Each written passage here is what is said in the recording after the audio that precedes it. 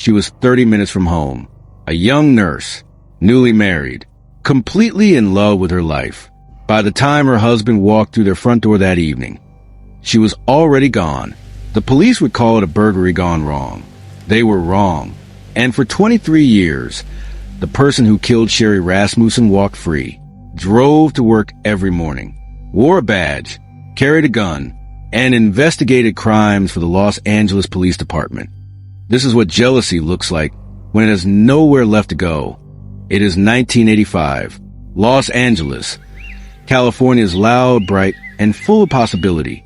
Sherri Rasmussen is 28 years old. She is the director of nursing at Glendale Adventist Medical Center in Glendale, California, a position of real authority earned through years of quiet dedication. Her colleagues describe her as warm, precise, and deeply committed to her patients. By every measure, Sherri is building something beautiful. That year, she marries John Rutan, a mechanical engineer she met at UCLA in Los Angeles. The kind of love story that looks exactly like what it is. Two people who chose each other completely. They move into a condominium together in Van Nuys, a quiet neighborhood on the western edge of Los Angeles, California, for 3 months. Life is exactly what Sherri always wanted, but something is already wrong. Something Sherri can feel, but cannot yet name. Her name is Stephanie Lazarus. She and John Rutan dated casually at UCLA, years before he ever met Sherri. By John's own account, it was never serious. A college relationship. Nothing more. But Stephanie never quite let go. By 1985, Stephanie Lazarus is an officer with the Los Angeles Police Department, the LAPD. She is sharp, ambitious, and by all professional accounts, capable. She is also watching. Sherri had already confronted Stephanie twice. Once at her own workplace at Glendale Adventist Medical Center after Stephanie arrived unannounced and spoke to John alone, and once inside their home, their condominium in Van Nuys, the place where Sherri was supposed to feel safe. She came home one morning to find Stephanie Lazarus inside her living room in uniform. Sherri asked her to leave. She told her father what had been happening. The visits, the feeling of being followed on the street, the unease that had settled into her marriage like a slow leak. Her father urged her to go to the police. But Stephanie Lazarus was the police. February 24th, 1986. Van Nuys, Los Angeles. John leaves for work just before 7:30 in the morning. Sherri is home alone. What happens next takes only minutes. But the brutality will haunt LAPD investigators for decades. Sherri is struck in the head with a ceramic vase. She fights back, hard. The evidence at the scene makes clear she did not go quietly. There are signs of fierce and desperate struggle throughout the condominium. She is then shot 3 times in the chest. A pillow is used as an improvised silencer. The scene is staged to look like a robbery. Her purse is taken. Her brand new BMW is gone from the garage. When John comes home that evening, he finds Sherri on the floor of their Van Nuys condominium. She is 29 years old. LAPD detectives arrive and see exactly what they're supposed to see. A pried front door, stolen property, signs of a struggle that they interpret as a confrontation with burglars. The lead LAPD detective tells John Rutan that same night he believes the house was burglarized, that someone got into the front door.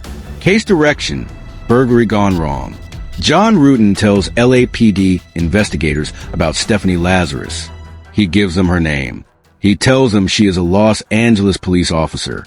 He tells them about the confrontation Sherri described. It is never followed up on. The case stalls. Then it goes cold entirely. Sherri's father, Nuys Rasmussen, spends years pushing the LAPD to look harder.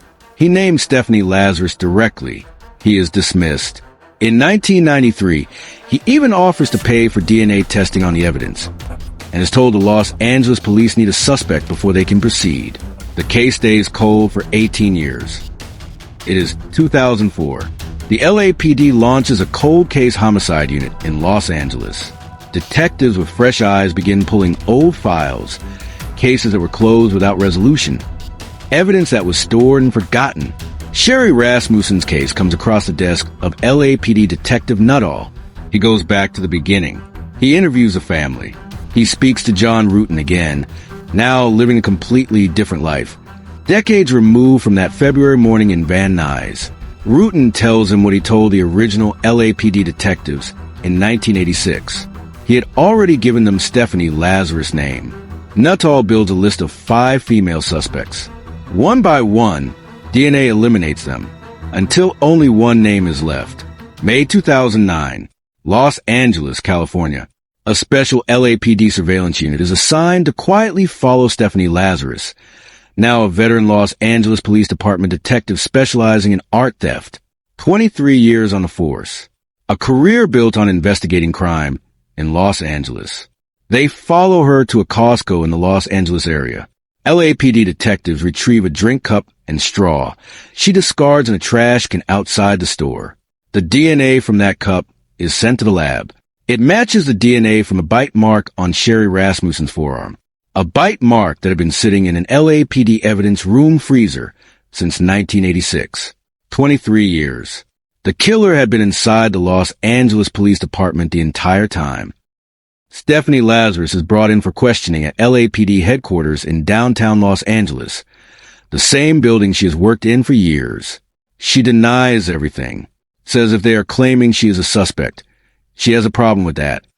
Then she ends the interview and asks for a lawyer. When she walks out of the interrogation room, she is arrested, charged with first-degree murder. The woman who swore an oath to protect and serve Los Angeles, who investigated crime scenes, who work alongside the very LAPD detectives who are looking for Sherri's killer, had been the killer the entire time. The trial begins in 2012 at Los Angeles Superior Court. Stephanie Lazarus pleads not guilty. The jury does not believe her. She is convicted of first-degree murder and sentenced to 27 years to life in a California state prison. In 2023, she finally confesses at a California parole hearing.